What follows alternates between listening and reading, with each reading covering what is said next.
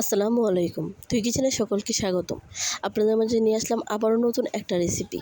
তুই কিচেন মানেই নতুন এবং সহজ উপায়ে রান্না। সহজ উপায়ে এবং কম সময়ে নতুন রেসিপি খেতে কার না ভালো লাগে।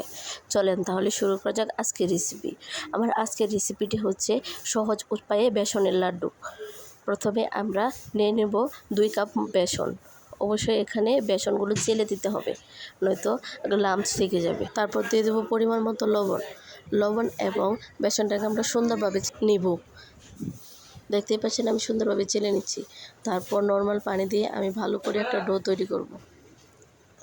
একটু সময় নিয়ে সুন্দরভাবে একটা সফট ডো তৈরি করে নেব।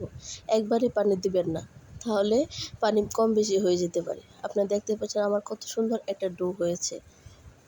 ভালো করে বিট করতে হবে যাতে স্মুথ একটা ডো হয়। তারপর একটা ফ্রাই প্যানে দিয়ে দেবো সামান্য তেল। তারপর আমরা ওই ডোটা থেকে একটু করে দিয়ে দিব। এখানে আমরা প্যানকেকের শেপের মতো ছোট করে বানিয়ে নেব। এখানে এবড়ো থেবড়ো হলেও সমস্যা নেই, পরবর্তীতে এগুলো আমরা ভেঙে ফেলব। এরকমভাবে আমরা সুন্দরভাবে সবগুলো বানিয়ে নেব। এখানে বেশি ভাজার প্রয়োজন নেই, 1-2 সাইড আমরা 1 মিনিটের মতো ভাজলেই হবে। এই তো আমরা এবার উঠিয়ে নিচ্ছি। আপনারা দেখতেই পাচ্ছেন আমি লাল করে ভাজিনি। তারপর এগুলো ঠান্ডা হলে আমরা এরকমভাবে চিড়ে নিব। দেখতে পাচ্ছেন আমি ছোট করে পিস করে নিচ্ছি, যেন ব্লেন্ডারে সুবিধা হয়। তারপর এই ছোট পিসগুলোকে আমরা ব্লেন্ডারে ব্লেন্ড করে নেব। তারপর এরকম একটা তৈরি হবে। তো দেখতে পাচ্ছেন এরকম দানাভাবে তৈরি হয়েছে। এ পর্যায়ে আমরা লাড্ডুটা বানাবো। তার জন্য প্যানে দিয়ে দেবো 1 কাপ চিনি। তারপর দিয়ে দেবো 1/2 কাপ পানি। এখানে আমরা 1 কাপের জন্য 1/2 কাপ পানি দেব।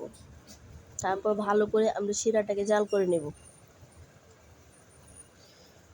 আপনারা দেখতেই পাচ্ছেন আমি সময় নিয়ে শিরাটাকে ভালো করে জাল করে নিচ্ছি। তারপর দিয়ে দেবো 3টা এলাচ দিলে এলাচের সুন্দর একটা ঘ্রাণ আসবে। তারপর ভালো করে নাড়াচাড়া দিয়ে আমি শিরাটাকে সুন্দরভাবে করে নিচ্ছি। আমি হাত দিয়ে দেখিয়ে দিচ্ছি, এটা একটু আটালো ভাব হলেই হয়ে যাবে। তারপর আমরা দিয়ে দিব বেসনটাকে। তারপর সবগুলো আমরা একসাথে মিশিয়ে নিব।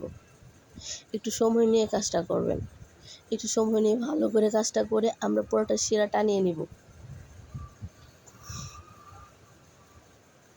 দেখতে পাচ্ছেন আমি নাড়াচাড়া দিয়ে টানিয়ে নিচ্ছি। তারপর হাতে একটু তেল মাখিয়ে আমরা সুন্দরভাবে লাড্ডুর শেপ করে নিচ্ছি। আপনারা দেখতেই পাচ্ছেন আমি সুন্দরভাবে গোল করে লাড্ডু শেপ করে নিচ্ছি। আপনারা নিশ্চয়ই জানেন লাড্ডুর শেপ গোল হয়। এভাবে আমরা সবগুলো লাড্ডু শেপ করে নিয়েছি। আপনারা দেখতেই পাচ্ছেন লাড্ডুগুলো কতটা সুন্দর এবং লোভনীয় হয়েছে। কতটা কম সময়ে এবং সহজ উপায়ে সামান্য উপকরণ দিয়ে লাড্ডুটা তৈরি হয়ে গেল। আমি একটা ভেঙে দেখাচ্ছি লাড্ডুটা কত সুন্দর হয়েছে। অবশ্যই বাসায় একবার ট্রাই করবেন। ভিডিওটা ভালো লাগলে লাইক, কমেন্ট, শেয়ার করে দিবেন।